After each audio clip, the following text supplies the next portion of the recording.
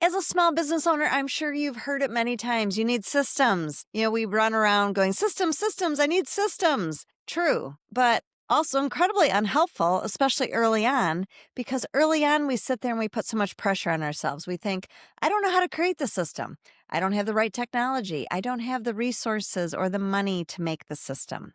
Systems for small business owners can sound overwhelming, very technical, like something we should have already figured out by now. But the truth is, you already have a system. You just might not like the one you're using. Systems already dictate how does your day start, how your decisions are made, how your clients are handled, how the follow-up handled. But the real question is, are the systems you have on autopilot or that you've created helping you grow? Or are they quietly draining your energy, focus, and profits? So for this episode, I am diving into Pillar 5 of the 9 pillars to build a profitable business. And Pillar 5 is all about systems, why they matter more than ever, how to build them without the overwhelm, how to use them once you've built them, and that they actually do reduce stress and help you scale. So welcome to Pillar 5. Welcome to Main Street Success Stories. I'm your host, Jennifer Kok, entrepreneur, business coach, and founder of Next Wave Business Coaching. My first business I opened 2 days before giving birth to my second daughter. But then I grew it for 20 years. I grew it from a local bakery into a national brand and eventually sold it for a profit. I know firsthand how tough the odds can be. Only 1 out of 2 small businesses make it to year 5. That's why I'm passionate about helping entrepreneurs change those statistics through coaching, mentoring, and this podcast, where I share real stories of others, their success, their struggle, their mindset shifts, their fears, and lots of wins along the way. Because none of us are alone in this journey of entrepreneurship, and I want to make sure that you have the support you need. My goal is simple: to inspire you, motivate you, and show you there's a path to building a profitable business. So let's dive into the next episode of Main Street Success Stories. Happy New Year! Are we still allowed to say that? I know we're kind of here in mid-January when this airs, and what's the customary length of time you can still say Happy New Year? Well, anyway, for small business owners, I know 2025 was a little bit tough. We had a lot of challenges, and you're not alone. I heard that from a lot of different businesses, but we're looking forward to 2026, and I'm excited to dive into 2026. And where we left off was Pillar 5 of the 9 pillar system. And Pillar 5 is all about systems. When we start out as a business owner in the first few years of owning a business, there's this invisible mental load that we carry, and it can feel really heavy. There's this exhaustion that we can sometimes carry around that doesn't go away when we sleep or rest. We're walking the dog and we're replaying client conversations. I'm vacuuming and thinking about invoices. Oh, did I send that invoice? You wake up in the middle of the night and you go, oh, boy, did I forget to reply to that email? Our body's resting, but our mind is still working. And this happens because our systems are in our mental. They're in our brain. And our brain becomes a storage unit for orders, emails, follow-up, decisions, loose ends. And what this tends to do is it creates stress. It prevents our growth. And over time, it's going to prevent burnout. And at some point, something's going to drop because you cannot remember everything in your head. And so this is the real cost of running a business without true systems that are getting followed. Memory, multitasking, we start saying yes to everything, we wing it. And this might work for a little while, but it's not going to work over time. And my goal is to teach you strategies that are going to help you build a business for years to come. So we don't want this to lead to poor decisions and forgetting important things. And, we all feel that we're overwhelmed. That's a word I hear a lot with small businesses. I'm overwhelmed. I wear too many hats. Well, you're overwhelmed because everything relies on you and that your systems are not supporting you. I owned a cookie and cupcake bakery for over 20 years. And one morning I walked into the bakery and there were pieces of paper all over the order counter, little notes and emails and voicemails. And the opening employee was just waiting. She was overwhelmed. She was just looking at this pile because she was waiting for me. I was the system. I was the one that would walk in the morning, assess what was going on, prioritize and say, okay, this is what this is what we have to do. This is what has to happen first. And then at the end of the night, the closing employee would just walk away and leave. And that would even add more stress for the opening or the next day. And, all we needed was a system. And looking back at it, it was so simple. It seems so silly. I created a laminated checklist. That's all we needed. An opening employee now had an automated checklist that she could refer to. And what this did is it did a lot of different things. First of all, it built consistency. So now every morning things flowed well. There was no more chaos. We didn't forget things. Things didn't get forgotten because we knew exactly what to do. It empowered the staff and gave them some pride and confidence and allowed them to not wait for me to sit there and babysit them. I was the system, which doesn't work long term. And then for me as the owner, it gave me freedom. If I needed to run and go get a coffee or wanted to, I could do that because I didn't have to rush in the door to open the store. And I knew everything would be consistent, our clients would be taken care of, and our orders would be taken care of. So something as simple as a checklist is a system. And it worked whether I was there or not. So what are systems? And let's kind of talk about what they are and what they're not. Systems can feel heavy because we overcomplicate them. A lot of times we hear standard operating procedures. We need to create SOPs, they're called. And yes, standard operating procedures are great because they're a tool that you can use to train your staff so that everything is consistent. We are operating consistently, whether it's opening a bakery or answering an email. The way something gets done is consistent. Systems do not have to be expensive software. They do not have to be 120-page SOPs.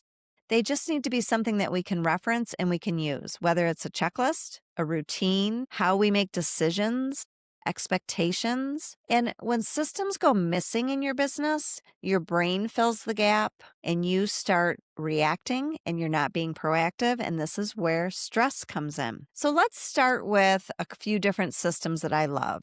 This one is an important system because it focuses on the owner and how you're operating. We all bring our habits and the way we operate at home, in our personal lives, into our businesses. And when we start without focus and intention, what happens is we end up with scattered energy, we start reacting more, and we get decision fatigue early on. So how are you focusing and building habits as the owner? Are you blocking off your calendar for those important things that are going to actually move your business forward, not tasks? Are you finding time for strategy? Are you making your weekly priorities on a Friday for the following week? Not to-do lists, but priority strategies of what's going to move the business forward. What about how you make decisions? Are you saying yes to things reactively without looking at the big picture? That's a system too, how we make a decision. Are we running it through what I call the best yes filter? Does this move the business forward? Does this align with the current focus? Is this the right use of my time? And then what about a financial rhythm? Sometimes we tend to overlook at our finances. Sometimes we tend to bury our head in the sand when it comes to our finances. So what is your system for that? Is it monthly? Is it biweekly? Making sure that you are not avoiding what you don't want to see or don't want to deal with, and that you have a system. So these are your habits. And it's interesting because as an owner, there's so much that goes into this, your mindset, how you like to operate, if you're a morning person, a night person. So I'm really going to encourage you to think about, are you being intentional with your time? Are you coming up with 3 priorities a week that are going to move the business forward? And I don't mean to-do lists. And are you blocking time and protecting that time so that you can get it done? How do you know when you might need a better system? Well, I'll never forget when I owned the cookie business and cupcake business, we had a really large order that came in one day. And it was for a 60th anniversary party. And they had hundreds of people attending. And they ordered brownies and cookies and cupcakes and a little. And I took the order because that was my role at the time, was to be the front man for those big orders. And I took the order. I had it all figured out. All was good. Well, about 2 weeks prior to the order, they called because they moved the venue. They decided to change venues. I hung up the phone. Before I hung up, no problem. We'll get that for you. We'll have it delivered at noon for that anniversary party. No problem. Well, guess what? I got disrupted.